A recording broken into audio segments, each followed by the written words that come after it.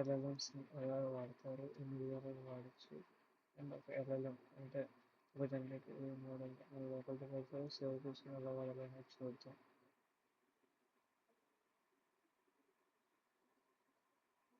ఈ ఎల్ఎల్ఎమ్స్ని 4 విధాలుగా వాడతారు. అంటే ఈ జనరేటివ్ ఏఐ మోడల్స్ని మనం 4 విధాలుగా వాడచ్చు. ఏంటంటే ఒకటి డైరెక్ట్ ఆ ప్లాట్ఫామ్ ఎల్ఎల్ఎం క్రియేట్ చేస్తే మనకు ఒక ప్లాట్ఫామ్స్ ఇస్తారు. ఆ వెబ్సైట్స్లో మనం డైరెక్ట్గా వాటిని వాడుకోవచ్చు. ఆర్ దానికి సంబంధించిన ఏపీఐ లింక్స్ని మన వెబ్సైట్స్లో కానీ మన అప్లికేషన్ కానీ ఇన్స్టాల్స్ వాడుకోవచ్చు. And third way is hiking face community. Hiking face community 2 prepaid develops చాలా ఉంటాయి. అవన్నీ మనం డైరెక్ట్గా యూజ్ చేసుకోవచ్చు మన అప్లికేషన్స్లో.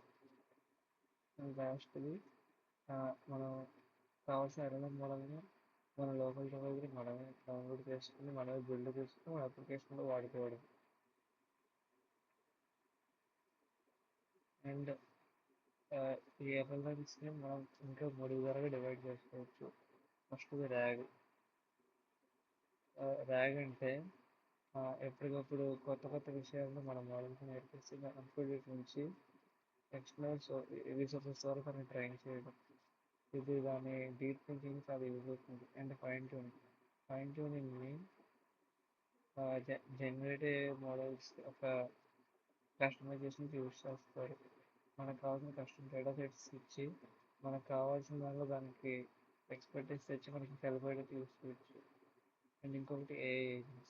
ఏఐ ఏజెంట్స్ అనేవి హ్యూమన్ చేసే వర్క్ని రీప్లేస్ చేస్తూ ఒక టాస్క్ని అయితే చేయగలదు. అండ్ ఎల్ఎల్ఎమ్స్ వాడడం వల్ల మనకు ఉండే లాభాలు, మనం లోకల్గా వాడడం ద్వారా మనకు ఉండే లాభాలు ఏంటంటే మన డేటా అనేది కాన్ఫిడెన్షియల్గా అండ్ సెక్యూర్గా ఉంటుంది, ఎవరి దగ్గరికి వెళ్ళదు. అండ్ బయట ఎల్ఎల్ఎమ్స్ ఖర్చు పెట్టేది మనకి ఇక్కడ తగ్గిపోతుంది. అండ్ మన మోడల్ మీద మనకే ఫుల్ కంట్రోల్స్ అండ్ పారామీటర్స్ మనం మొత్తం కస్టమైజ్ చేసుకోవచ్చు. అండ్ ఇది ఇంటర్నెట్ లేనప్పుడు కూడా మనం డైరెక్ట్గా యూజ్ చేసుకోవచ్చు. ఎందుకంటే మన ఎల్ఎల్ఎమ్స్ అనేవి ఆఫ్లైన్లో కూడా వర్క్ అవుతాయి ఇన్కేస్ అది లోకల్గా మన దగ్గర ఉంటే. అండ్ ఒక శాంపుల్ ఎల్ఎల్ఎం ఎలాగా సెటప్ చేయాలని చూస్తే మన బేసిక్ సాఫ్ట్వేర్ రిక్వైర్మెంట్స్ ఏంటంటే Python TensorFlow and transformers library. So దానికి డిపెండెన్సీస్ మనం ఇన్స్టాల్ చేసుకొని డైరెక్ట్గా మోడల్ మనం వాడుకోవడమే. మన దగ్గర యూస్ కేసెస్ అండ్ డేటాతో దాన్ని ట్రైన్ చేసి దాన్ని యూజ్ చేసుకోవడమే.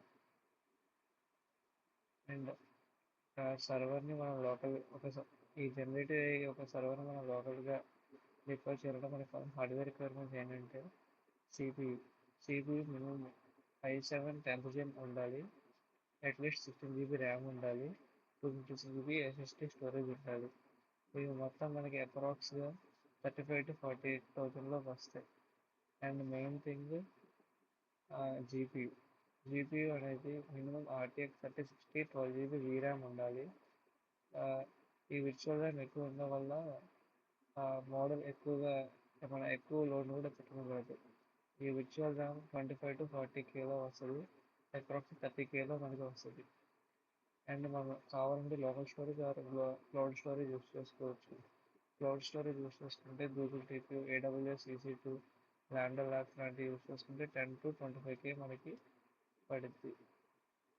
సో టోటల్గా మనకి 80 to 90K మధ్యన మనం ఒక ఎల్ఎల్ఎంని మనమే లోకల్గా డిప్లాయ్ చేసుకొని రన్ చేయొచ్చు. And thank you for this video.